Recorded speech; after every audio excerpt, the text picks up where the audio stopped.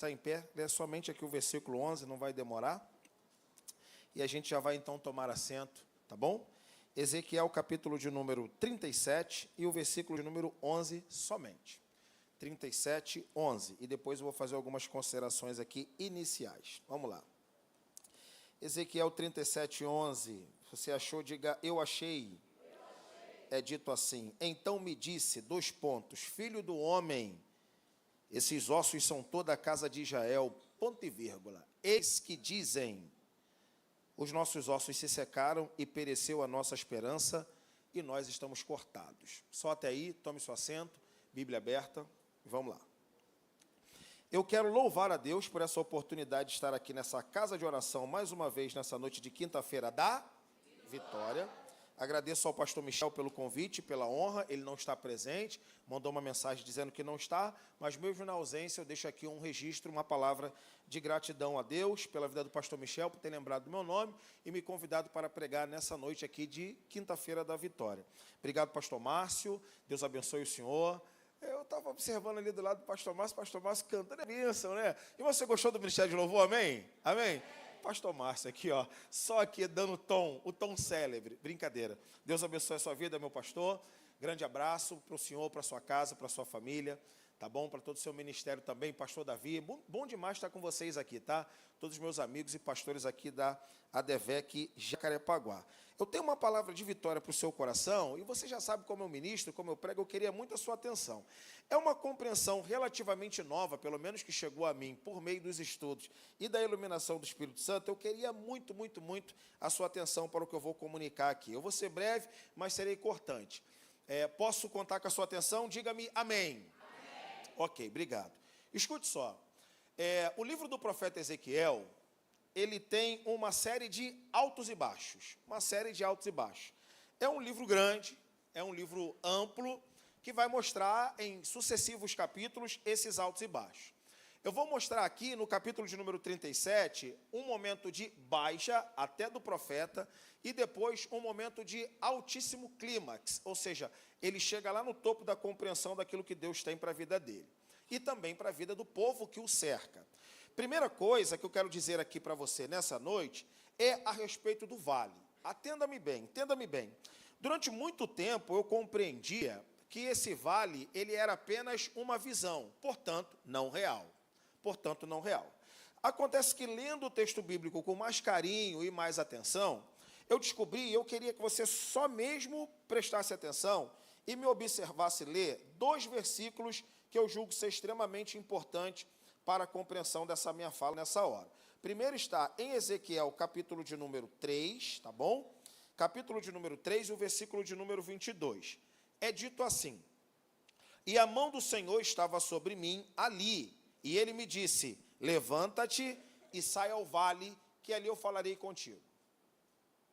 Então, antes dele ter uma visão magnífica de Ezequiel, capítulo de número 37, me parece ficar claro que o Espírito, ou o próprio Deus, já estava tentando conectar o profeta Ezequiel a essa região do vale. Primeira vez. Uma segunda menção, que também merece a nossa pontuação, está no capítulo de número 8. Por gentileza, eu vou ler o capítulo de número 8 e o versículo de número 4. É dito assim, 8:4.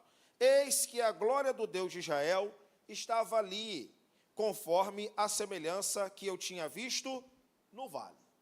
Então, atenção para cá, por gentileza. Me parece ficar claro, através dessas 2 observações, a mais, mas eu julgo ser suficiente por hora, que o vale é uma localização geográfica e histórica, na qual localização você tem parte, 1/3 ou 2, ou os 3/3 da comunidade de Israel. Comunidade de Israel que está desterrada, ou seja, está longe da sua pátria, sem templo, sem sociedade, sem economia, com poucos recursos e com uma tristeza sem precedente, eu diria. E ficaria triste também se fosse judeu e se fosse cidadão naquela ocasião. Ficaria muito triste. Preso, em cativeiro, sem sociedade, sem economia, sem familiar, sem templo, sem religião, sem tudo. E eu diria, sem tudo literalmente, inclusive sem fé. Repita após mim, por gentileza. Sem fé. Eu sempre peço 2 vezes, mais uma vez, vamos lá? Sem fé. Beleza, obrigado. Sem fé. A situação está calamitosa. Deus está levando o profeta uma vez àquele vale e diz: Ezequiel, olha o vale. Beleza, estou olhando. Agora, observe acima da sua cabeça. Deu para perceber que neste vale eu quero manifestar a minha glória? Primeiro texto.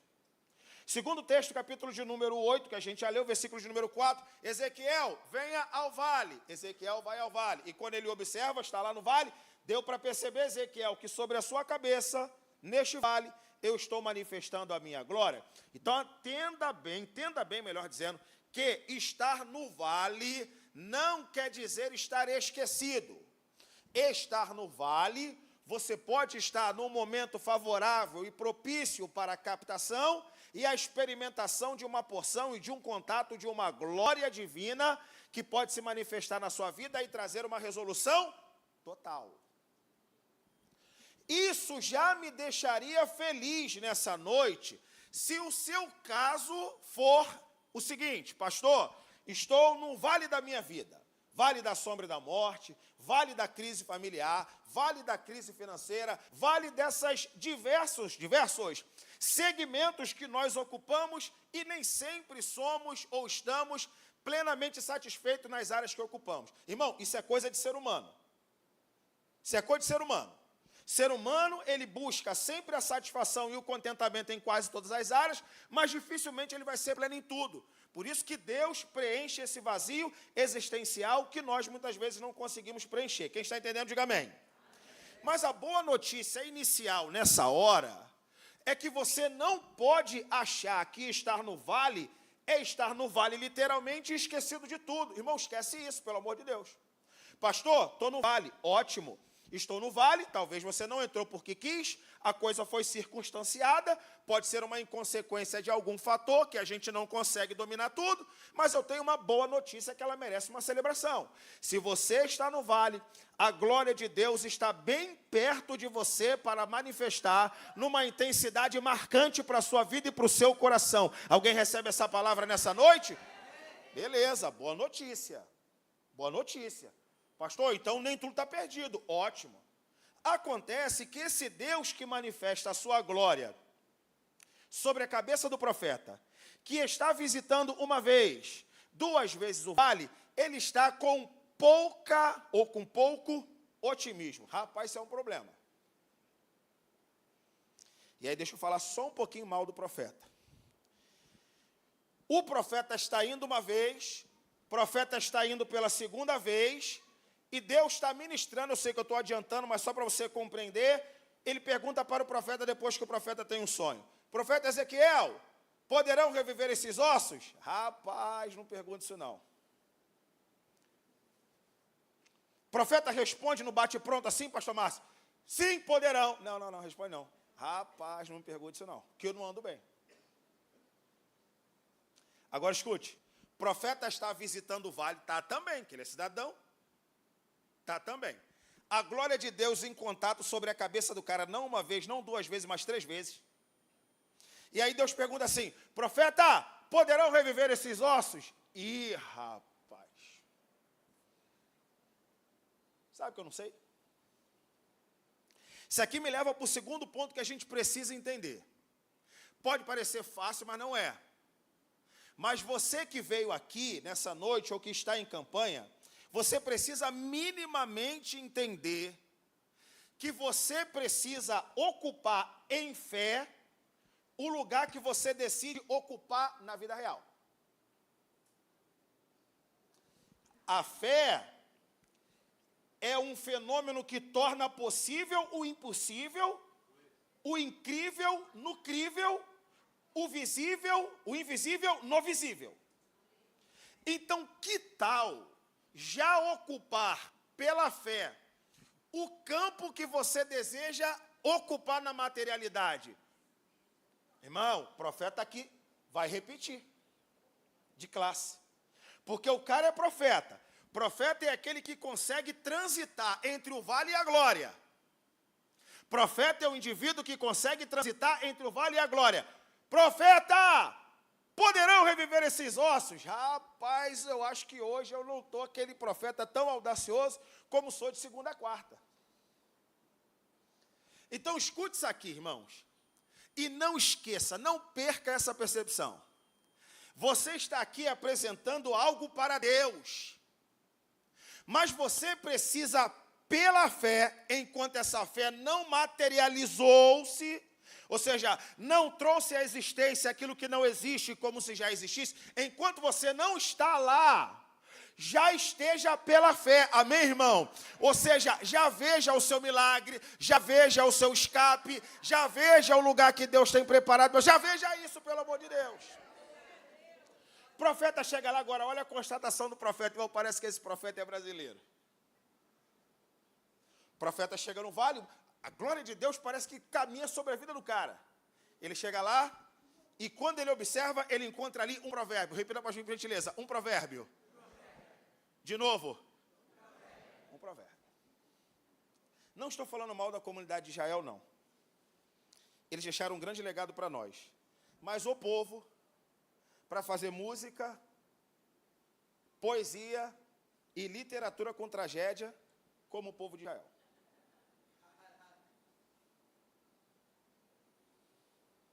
O povo, para fazer música, poesia e literatura com as suas tragédias, é o povo de Israel. Que o livro dos Salmos te diga, que o livro de Lamentações te diga e que os provérbios te digam. Viver uma tragédia vai virar literatura.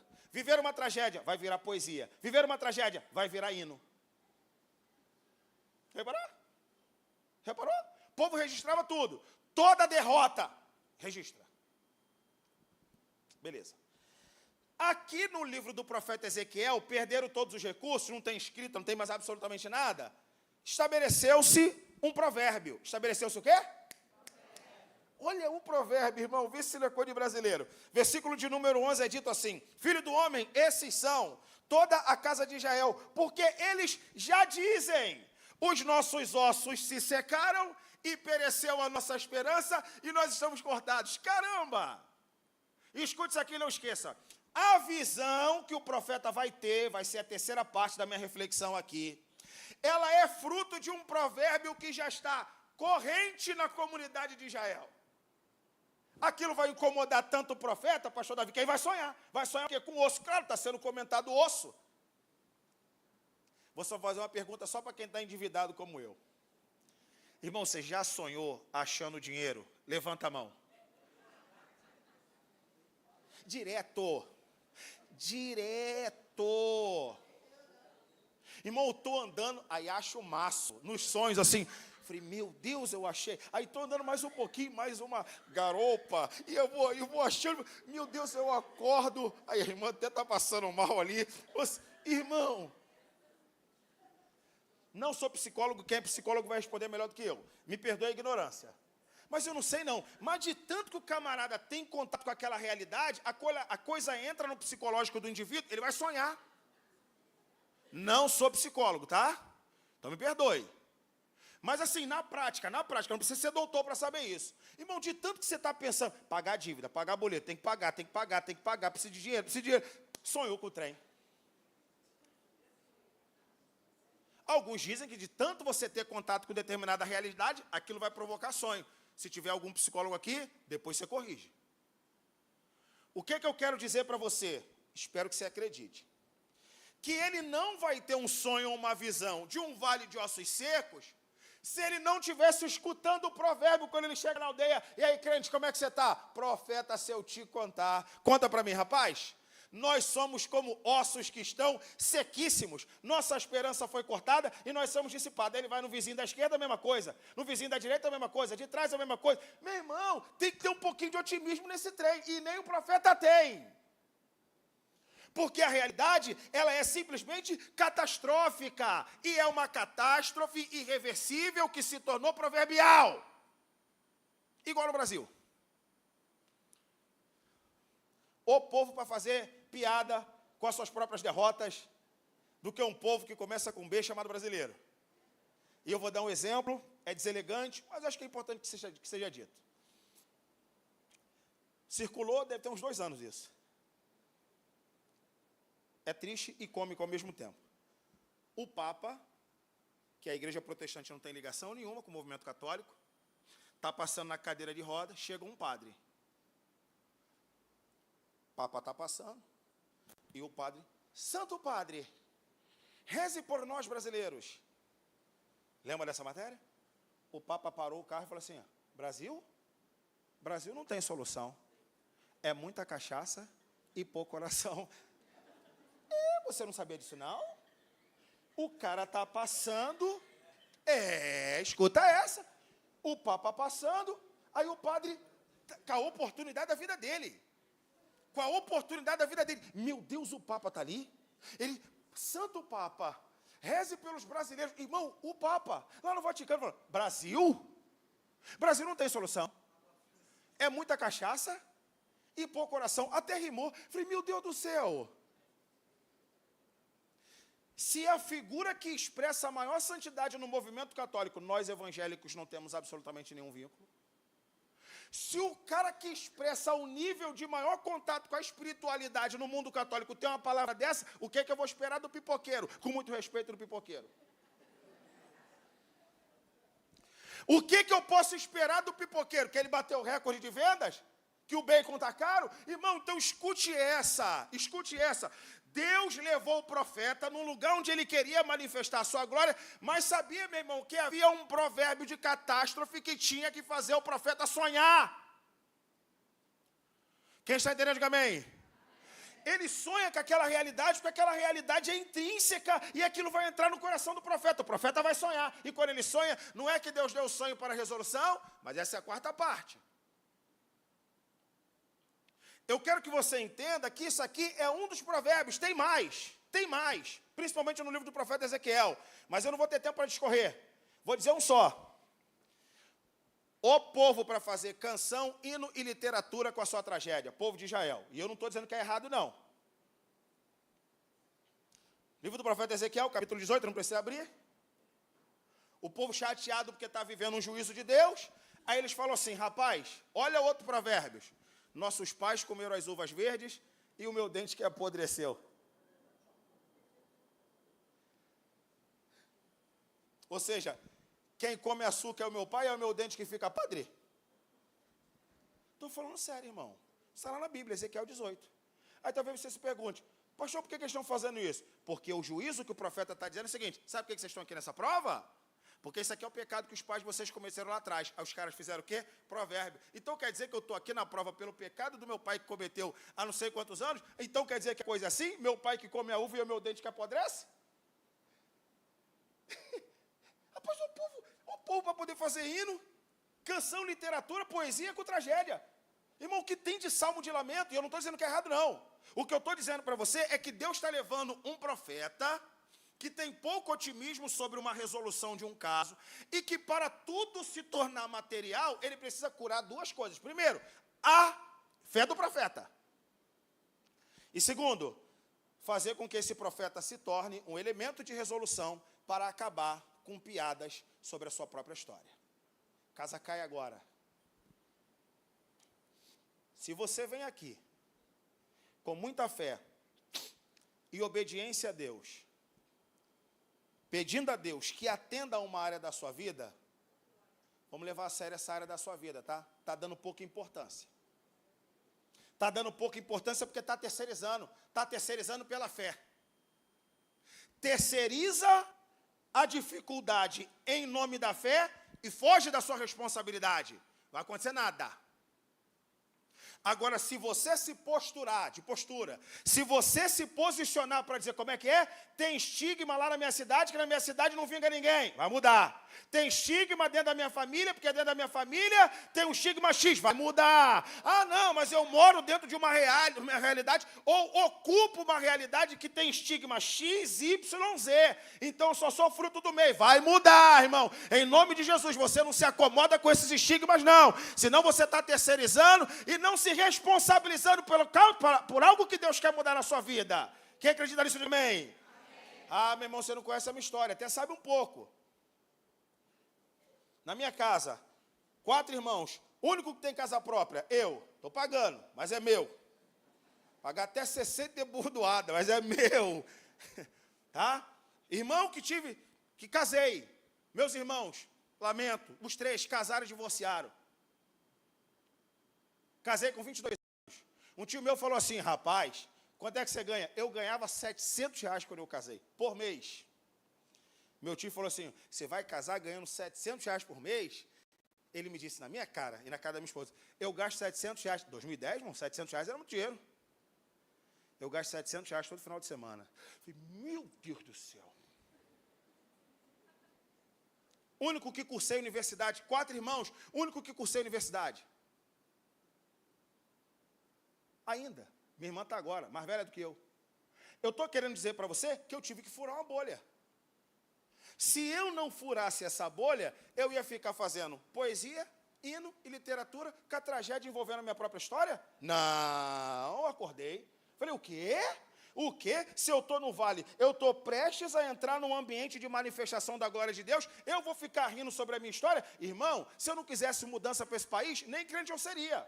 Por que eu insisto em pregar? Por que eu insisto em ser crente? Porque eu acredito que a pregação e ser evangélico é uma das ferramentas capazes de transformar a realidade social desse país. Quem acredita, diga amém.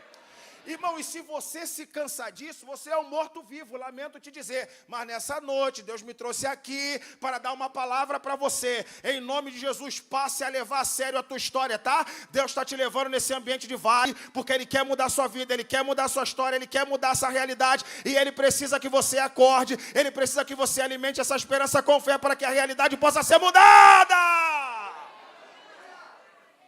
Pelo amor de Deus, meu irmão, ele pega o profeta e diz assim, ei, profeta, tem condição? Ele, rapaz, não tem condição, é muita cachaça e pouco coração. Aí o profeta começa a sentir os sintomas, repita para mim, por gentileza, os sintomas.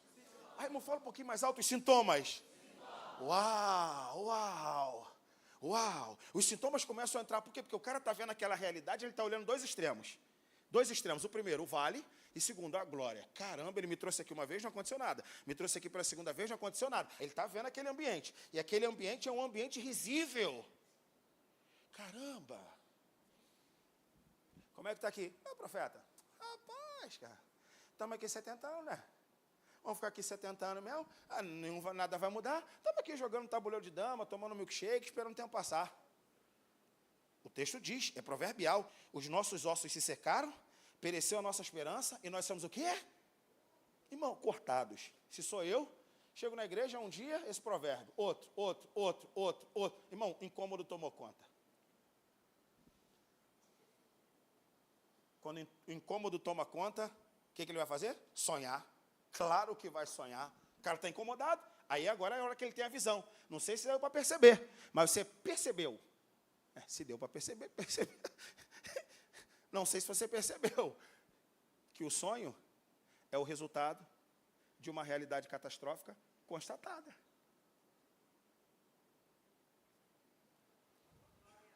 Cara, não é possível, irmão. Povo crente tendo esse tipo de palavra. Pereceu a nossa esperança, nossos ossos foram cortados, ele está lascado. A coisa é proverbial. É só você olhar o versículo 11, não precisa ler. Depois, eis que dizem. Eis que dizem. Aí está lá, ele chega numa terça-feira, eis que dizem. Eis que dizem. Eis que dizem. A coisa entra nele, irmão, isso é bonito. Falar errado de propósito. Entra dentro. Não, eu falei que só eu ia falar, não. A coisa entra no profeta e gera um incômodo. Irmão, eu queria que isso acontecesse com a gente. Hoje, nessa noite. Se você não comprar essa briga feito um leão faminto, não vai ter mudança, não. Se você não comprar essa guerra feito um leão faminto, e a coisa entrar e fazer parte de você, levantei pensando no problema. Na hora do almoço, estou pensando no problema. Na hora da condução, estou pensando nesse problema. Vim para a igreja, estou pensando nesse problema. Irmão, eu duvido que você não vai ter sonhos de resolução. Vamos pensar aqui, vamos pensar no profeta Ezequiel. Aí o profeta Ezequiel dormindo. Irmão, se sou eu encarno esse cara aqui, meu irmão. Que eu vou dormir, mas tudo bem, eu só faço isso o dia todo. Eu vou dormir e acordar pensando em igreja. Acordo, penso em igreja. Vou dormir, penso em igreja. Estou no almoço falando de igreja. estou no lanche falando de igreja, estou no culto pensando em igreja. Eu faço isso o dia todo. Todo dia, pensando na igreja e nos seus desafios do século XXI, que não são poucos. Aí chega a mesa de uns pastores, como por exemplo aqui os cavaleiros, e aí como é que você está? Meu irmão, pereceu a nossa esperança, não é o caso aqui não. Pereceu a nossa esperança, somos como ossos secos, estamos cortados. Caramba, ninguém vai fazer nada. A coisa vai se tornar proverbial, a coisa vai entrar numa cascata ou num efeito dominó, e ninguém vai se incomodar. Então, o incômodo é de Deus. Você está incomodado e decidiu fazer uma campanha? É de Deus. Decidiu dobrar as mangas e fazer alguma coisa para mudar? É de Deus. Ah, pastor, mas estou passando mal, estou dormindo até mal. É de Deus. Porque se você não tivesse essa preocupação, você não vai sonhar. Mas se você está tendo essa preocupação, essa ocupação, isso vai se transformar em resolução. Aleluia! Isso vai se transformar em resolução, porque água mole, pedra dura. Tanto bate... Irmão, não precisa fazer faculdade para saber isso.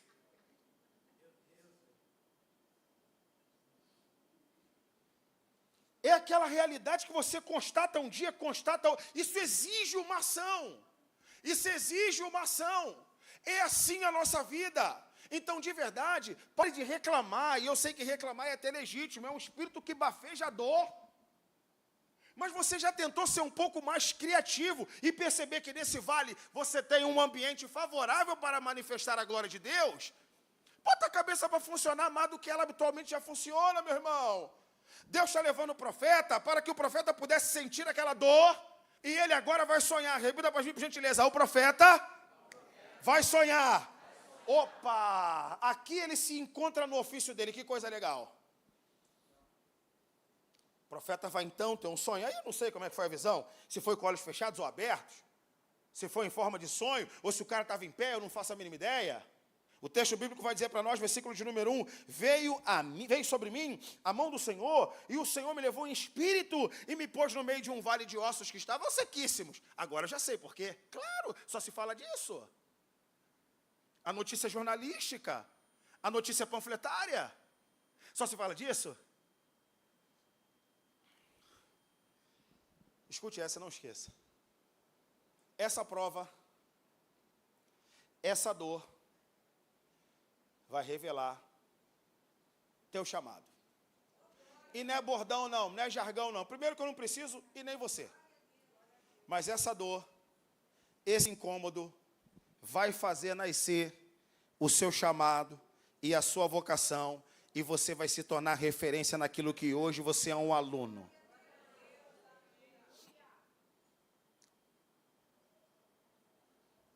Poderia usar aqui bordões de igrejas neopentecostais, só para você entender. Mas perceba que na Bíblia Sagrada, alguns homens foram especiais para Deus, simplesmente porque colocaram diante dele indignações. Gideão, só é contigo, varão valoroso. Com quem? Comigo? Se o senhor fosse comigo, nosso povo não estaria assim. Vai na tua força. Jonas, é você. Eu? Me espera. Cadê o barco? Vai para onde? Tarsis, pode ser Espanha, sei lá, é discutível. Para a Espanha. Ele vai fazer com que aconteça aquela reboliço todo, joga o cara no mar e o cara simplesmente, vai você, nessa tua indignação mesmo, que eu te levo para lá. Saulo de Tarso, vão matar os crentes, vai. Ei, Saulo! Oi, tudo bem? Eu sou Jesus, a quem tu persegues. Dura coisa é para ti recalcitar contra os aguilhões. O sujeito simplesmente queda e o resto é só história. O que eu quero dizer para você, crente de Deus? Que essa indignação e esse incômodo pode revelar simplesmente a natureza da sua vocação. Eu vou economizar as palavras, porque às vezes falar pouco é ser prudente. Mas sabe como eu me voltei para a pregação? Eu sempre fui professor, inclusive já disse para vocês em outras ocasiões. Eu sou professor de teologia, então a minha zona, ela se reduzia a um ambiente de gabinete e dava aula, escrevia livros e fazia teologia e ajudei muito pregador. E pregadoras também. E aí, mas eu senti um chamado de Deus para poder pregar. Eu prego já há algum tempo, mas você não me conhece, pelo menos eu sou mais conhecido como alguém que ensina, que escreve, que transmite conhecimento, forma opinião, coisa dessa natureza. Mas uma indignação, e eu quero ser bem econômico nesse sentido, uma indignação tomou conta do meu coração em determinado ano, um pouco antes da pandemia. Eu falei assim, quer saber, cara, eu não vou ficar mais preso dentro de um ambiente acadêmico, não. Se Deus me der a oportunidade, eu vou pregar. Manifestei uma indignação, Deus ouviu aquilo naquele momento, e Deus começou a me dar a oportunidade para poder pregar. E hoje tenho pregado aqui, prego em alguns lugares, quando sou convidado, saio para poder pregar. O que eu quero dizer para você é que é exatamente dentro desse ambiente que vai nascer algo específico dentro do teu coração, e você não está percebendo isso. Você acha que essa indignação ou que esse incômodo é algo que não vem de Deus, mas escute isso detidamente, vem dele.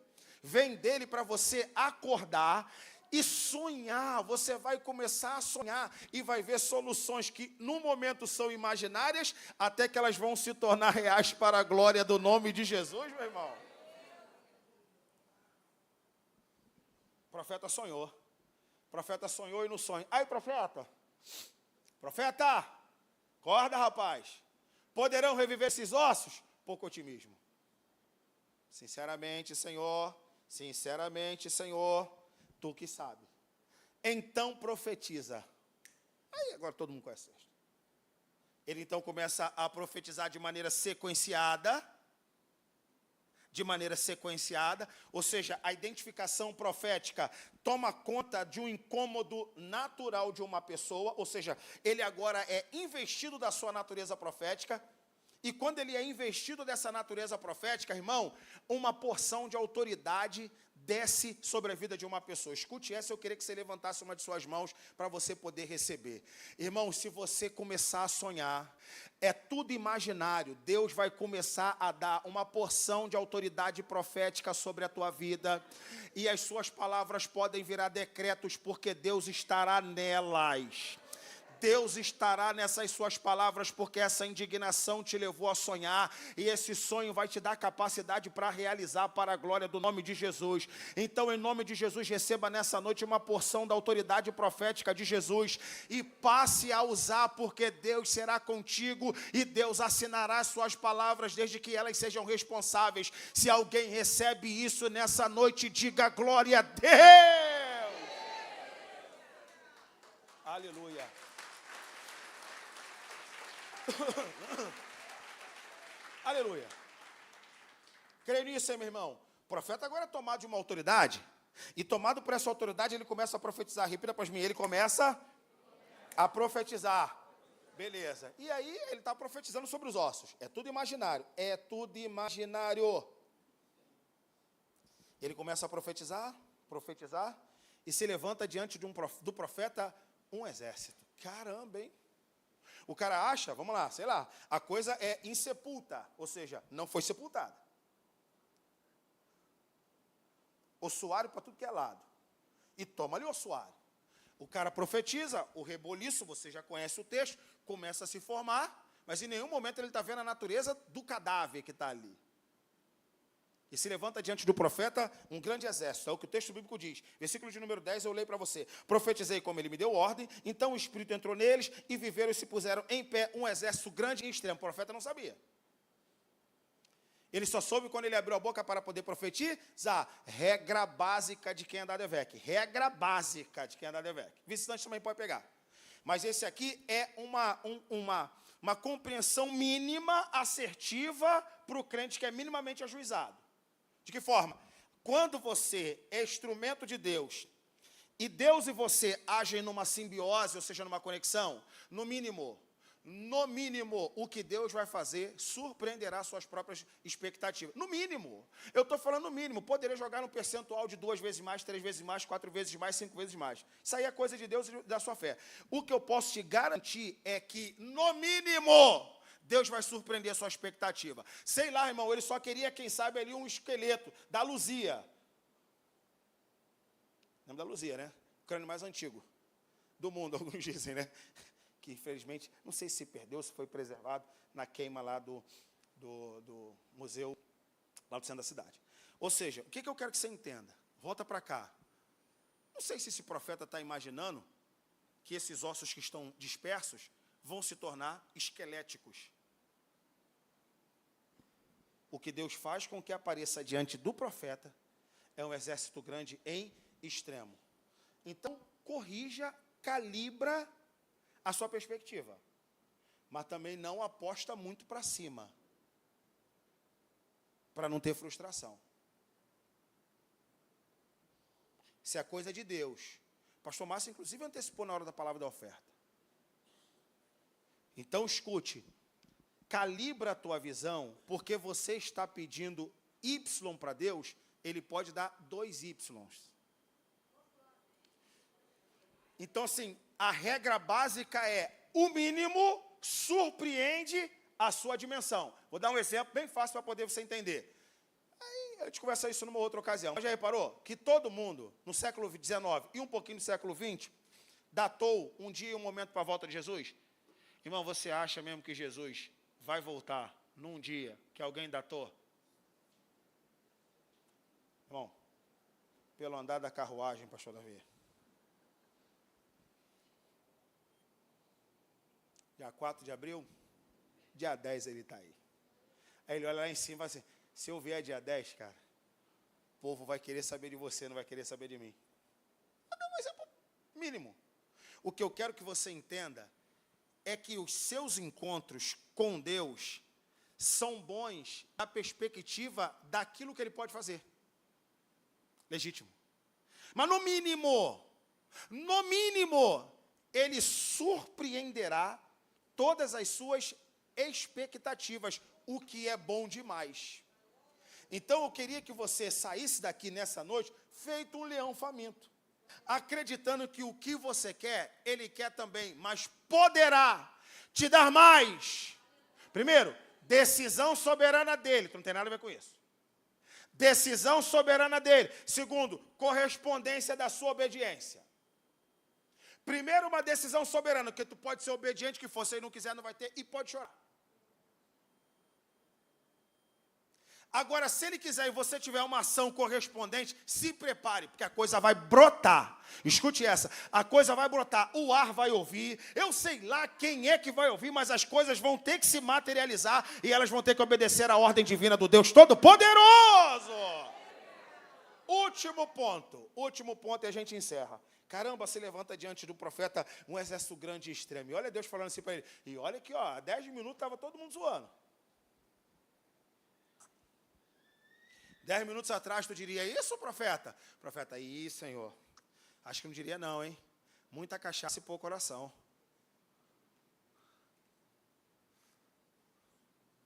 Isso aqui, vocês não fazem isso não, vocês são educados.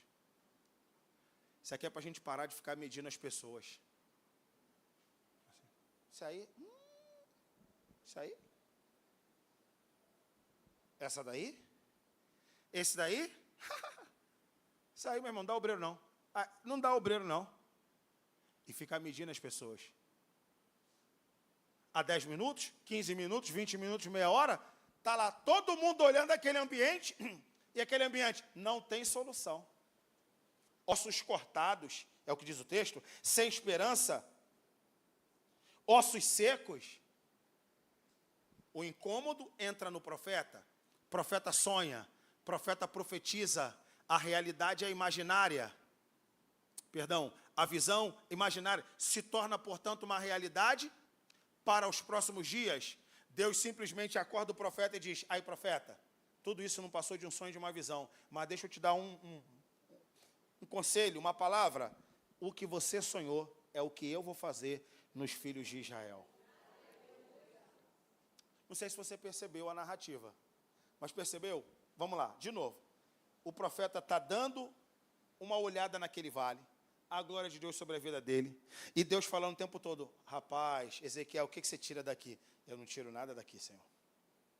Eu acho que eu não consigo tirar nada daqui. Um dia, 2, 3, 4, 5, 10, 15, sei lá. Até o dia que ele fala, quer saber, vamos mudar isso aí? O cara fica bravo. Belo dia ou bela noite ele sonha nasce, se consolida a vocação profética dele.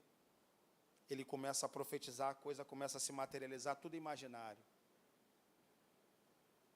Ele acorda do sonho e constata que a realidade é pior do que o provérbio que se dizia. Notou? Talvez não. Eu leio para você, versículo de número 13. E sabereis que eu sou o Senhor, quando abrir as vossas sepulturas. Ué, mas eu achei que a coisa estava toda na superfície. Achou, meu filho? A coisa é pior do que você imagina. Ué, pastor, você leu e explicou o tempo todo que os ossos estavam sobre a superfície. Versículo 13, é pior do que você imagina. Os ossos não estavam na superfície, os ossos estavam sepultados. É o que diz o texto. Sabereis que eu sou o Senhor, quando eu abrir as vossas sepulturas e vos fizer sair das vossas sepulturas, ó povo meu. Fique de pé, por gentileza. Eu quero fazer 2 orações e vou passar a palavra.